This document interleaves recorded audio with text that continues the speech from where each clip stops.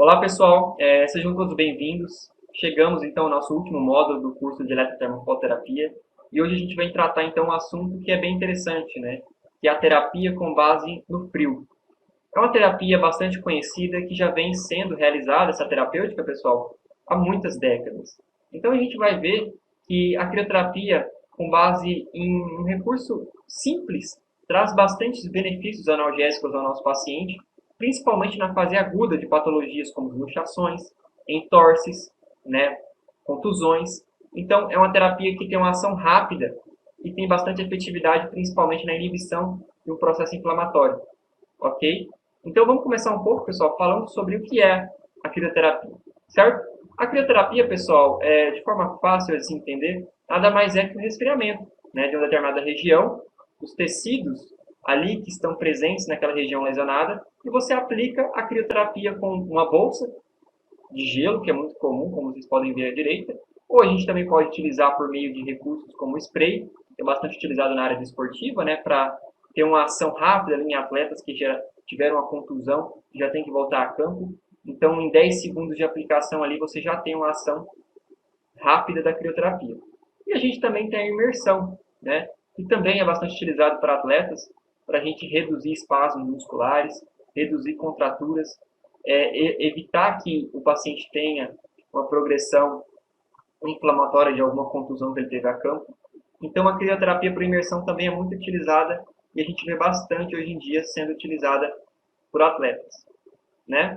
Pessoal, agora que a gente viu um pouco sobre o que é a crioterapia, é interessante a gente entender essa ação fisiológica que o gelo vai gerar, certo? Porque entendendo isso, a gente sabe como isso ocorre e entende melhor quando utilizar, certo? Como vocês podem ver aqui nessa imagem, o gelo vai ser posicionado sobre a pele e a principal ação, pessoal, que vai acontecer imediatamente vai ser a vasoconstricção imediata, porque o nosso sistema nervoso central vai captar esse frio e gerar um mecanismo de proteção rapidamente após ele captar esse frio, certo? O segundo mecanismo que vai ocorrer após a colocação do gelo, pessoal, depois da vasoconstricção, vai acontecer um efeito de vasodilatação intensa naquela região.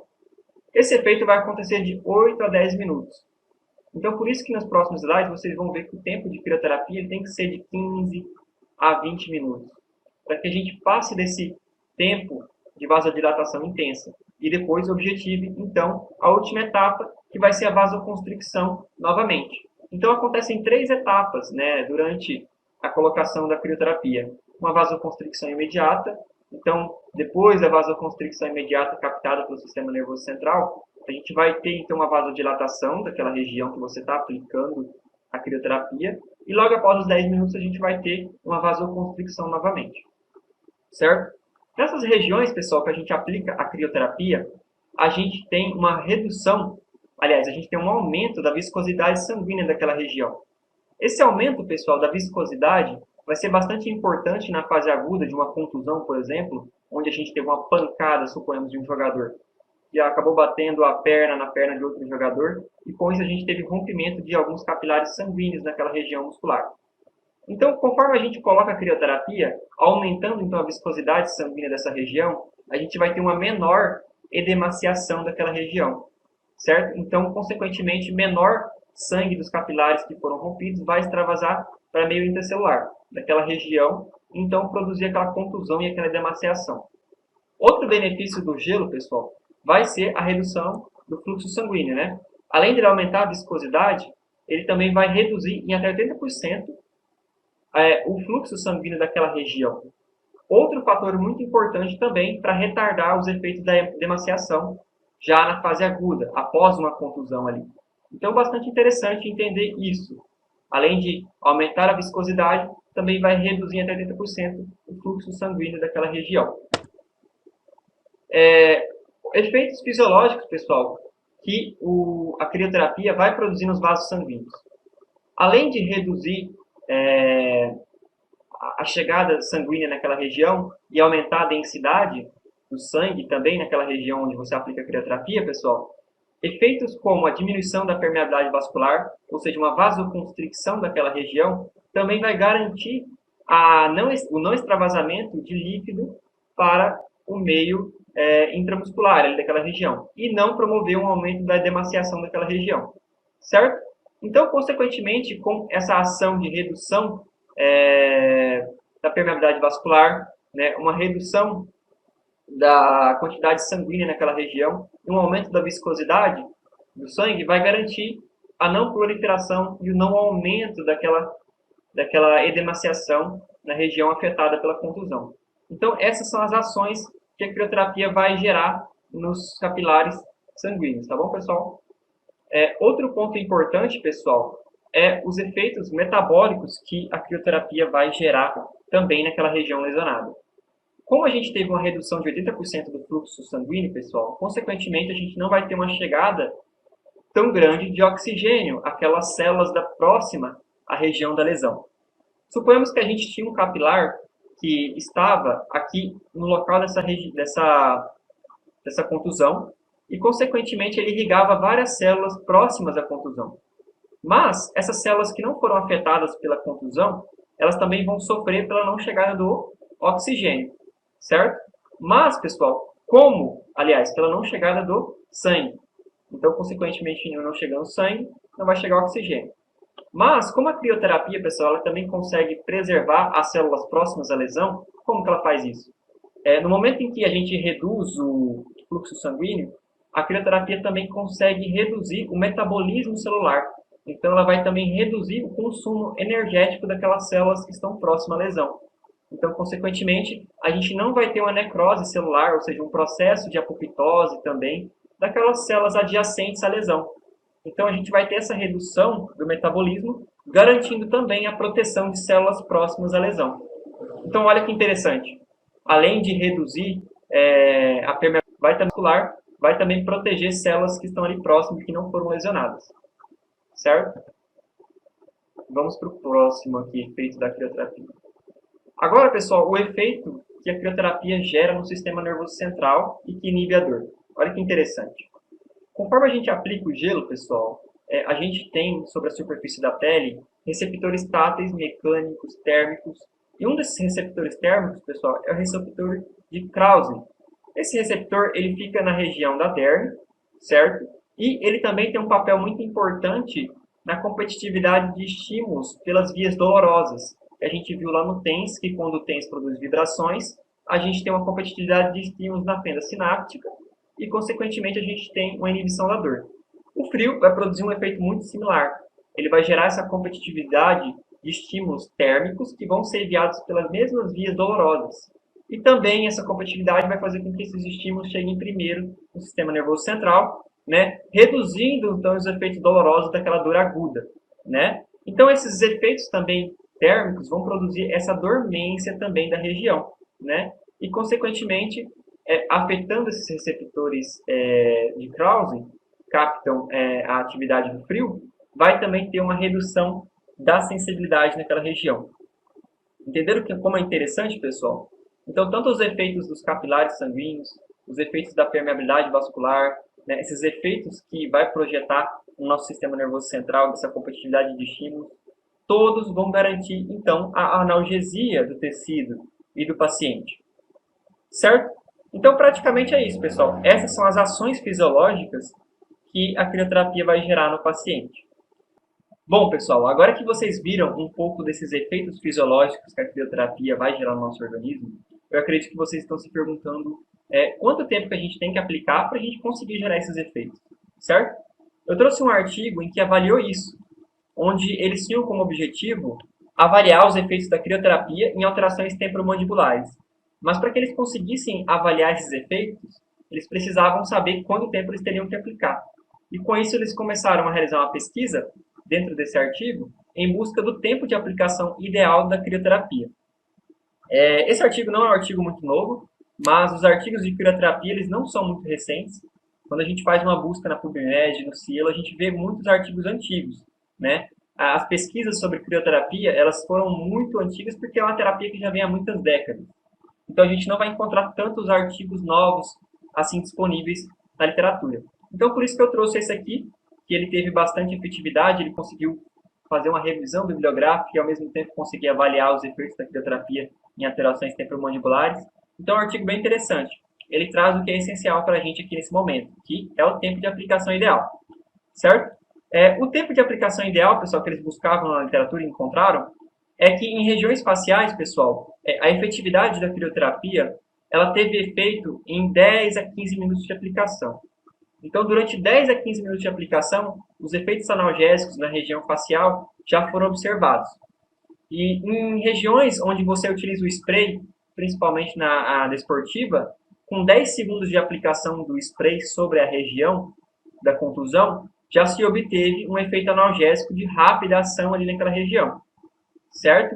E em patologias ou outras contusões, como luxações, em até 48 horas de ação da contusão ou da lesão, eles observaram, nesses estudos que eles juntaram esse aglomerado, que a maioria dos estudos, pessoal, trazem que a utilização na fase aguda ela é muito essencial de utilizar de 10 a 15 minutos, que a efetividade da crioterapia já vai acontecer.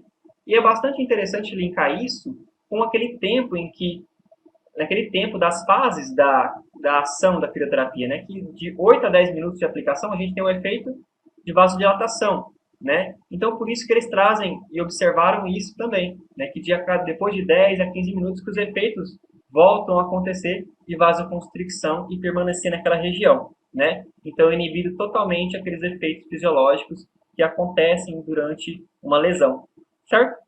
E eles também observaram, pessoal, que em lesões crônicas, o tempo ideal para aplicação da crioterapia, principalmente para ativar essa competitividade de estímulos na nossa fenda sináptica e no nosso sistema nervoso central, chegando primeiro, então, esses mecanismos de táteis de frio, chegando primeiro que os mecanismos de dor, eles foram observados após 30 minutos de aplicação da crioterapia. Então, nessas fases de dor crônica, um tempo maior é observado na literatura e é mais interessante, então, trazer esse tempo de aplicação maior, certo? Então, praticamente de tempo de aplicação é isso, pessoal. Em fases agudas de 10 a 15 minutos, né? E em dores crônicas, em patologias um pouco crônicas, até 30 minutos, certo? Mas é muito interessante também, pessoal, você perceber o limiar de sensibilidade do seu paciente, né? Recapitulando isso é muito importante, né? Porque às vezes você aplicando ali em 15 minutos já pode ter um efeito muito bom, né? O paciente já pode sentir alívio da dor e até mesmo após 15 minutos ele começar a não se sentir muito confortável. Então é interessante você sempre perguntar para o paciente como está isso. E uma forma interessante de você avaliar como está o conforto daquela terapêutica no paciente é utilizando aquela escala de EVA, né? Escala visual analógica de dor, onde você consegue perceber a percepção daquilo no paciente. Então, sempre realizando a terapêutica e perguntando ao paciente como ele está se sentindo com base na escala visual analógica de dor, ok? É uma dica que eu trago para vocês também. Agora, pessoal, que a gente viu todos esses efeitos da crioterapia, viu quanto tempo a gente tem que utilizar, é bom a gente entender também as indicações, né? As indicações, pessoal, são bem simples. As indicações é quando a gente precisa promover uma analgesia, para a gente gerar todos aqueles efeitos que a gente observou, que vão ser propagados com a crioterapia. Produzir um relaxamento muscular, né? Permitir melhora da ADM. Então, conforme a gente aplicar a crioterapia naquela região e inibir a dor, a gente vai reduzir aquele reflexo de proteção que o corpo produz, né? Que a dor nada mais é que um reflexo de proteção daquela região lesionada para que o paciente não movimente ela. Então, aliviando a dor, a gente também tem um ganho de amplitude de movimento naquela região. E daí a gente consegue manipular aquela região e até ganhar amplitude de movimento. Reduzir o processo inflamatório e impedir o crescimento de edemas, justamente por conta daquelas fases que a crioterapia gera, né? Aquela redução da permeabilidade vascular, a redução da ação metabólica celular, né? Essa redução de até 80% do fluxo sanguíneo naquela região, né? E o aumento da densidade sanguínea também. São fatores que vão impedir o crescimento do edema. A gente não vai reduzir o edema, mas a gente vai impedir o seu crescimento. Então, sempre utilizem a crioterapia em até 48 horas, tá bom, pessoal? Que é onde está acontecendo a fase inflamatória daquela contusão. Agora, o mais importante, né? Que são as contraindicações. Pacientes, pessoal, que apresentam arteriosclerose, suponhamos que você vai aplicar ali em região de pescoço a crioterapia, não é muito indicado, né? É uma contraindicação. Porque além daquela artéria estar comprometida com a placa de gordura inibindo a passagem sanguínea, né? A gente já vai ter um menor fluxo sanguíneo. Se a gente colocar a crioterapia ali, a gente vai gerar uma vasoconstricção, reduzindo ainda mais o lumen do vaso e aumentando ainda mais a pressão daquela região. Então, não é indicado colocar em regiões que o paciente tem uma arteriosclerose. Né? Pergunte ao paciente se ele tem uma patologia prévia já instalada, né? Faça uma anamnese bem efetiva desse paciente. Doenças periféricas e vasculares que também afetem a microvascularização, né, como a diabetes, que pode gerar um fluxo sanguíneo reduzido em determinadas regiões. Então, tem que não aplicar em regiões distais de microvascularização desses pacientes diabéticos a crioterapia, porque você vai reduzir ainda mais o fluxo sanguíneo, né, e podendo gerar até uma hipóxia tecidual ali daquela região, certo? Então, em pacientes com urticária ao frio também, eu trouxe uma imagem aqui, são pacientes que vão ter uma reação atípica do uso da crioterapia, não utilizem neles, né? Eles podem desenvolver uma hipersensibilidade ali, relatar muita dor, então não utilizem nesses pacientes. E, pessoal, também em doenças cardíacas, como a hipertensão arterial, não é indicada a utilização da crioterapia, principalmente porque a crioterapia vai gerar uma vasoconstricção. E a gente sabe que a vasoconstricção, junto ao frio, vai aumentar a densidade sanguínea daquela região, vai aumentar a pressão arterial. Então, o paciente que já tem uma hipertensão arterial sistêmica ali presente, aumentando essa demanda cardíaca, vai aumentar a pressão e não é indicado a eles, principalmente se você for colocar o paciente dentro de um galão de gelo, como a gente vê os atletas, né? Não é indicado isso, porque a gente vai gerar uma vasoconstricção em todos os capilares e com isso a gente vai aumentar a pressão e é muito perigoso esses pacientes. Pacientes também que têm uma sensibilidade cutânea alterada, né? Então, o paciente que tem uma hipersensibilidade, ele vai sentir dor naquela região, então não vai ser legal. Sua terapêutica não vai ter uma efetividade, porque o paciente vai ter dor, então não vai ser interessante. Então, em pacientes com hipersensibilidade, também é uma contraindicação. Então, o paciente não vai ter uma reação muito legal. Então, é isso, pessoal. Eu espero que tenha passado para vocês um pouco sobre a crioterapia de forma fácil, né, que tenha ficado coeso para vocês. É uma terapêutica muito simples, né, e já acontece há mais de décadas, já vem sendo presente sua eficácia há muitos anos na literatura. E é uma terapêutica muito prática, de baixo custo, e que pode ser empregada na sua conduta de forma também coadjuvante no tratamento. Então, pessoal, foi isso. Eu espero que vocês tenham gostado do curso. Chegamos ao fim, então, no nosso último módulo. E eu recapitulo um ponto aqui muito importante, que se caso vocês tenham alguma dúvida, anotem, questionem a gente na aula de domingo, tá bom? Onde a gente vai praticar tudo sobre o que a gente abordou aqui no curso. E caso tenham qualquer dúvida, manda uma mensagem também no WhatsApp, que eu vou estar tentando te ajudar até o domingo, ok? E é isso, pessoal. Agradeço a participação de todos vocês aqui presentes no curso, né? Que hoje tenha sido um dia de muito aprendizado para todos vocês. E, novamente, eu agradeço a participação aqui de vocês. Então, um abraço, pessoal. Até domingo, na prática que a gente vai realizar com os recursos de eletrotermofototerapia. Tá bom? Tchau, pessoal.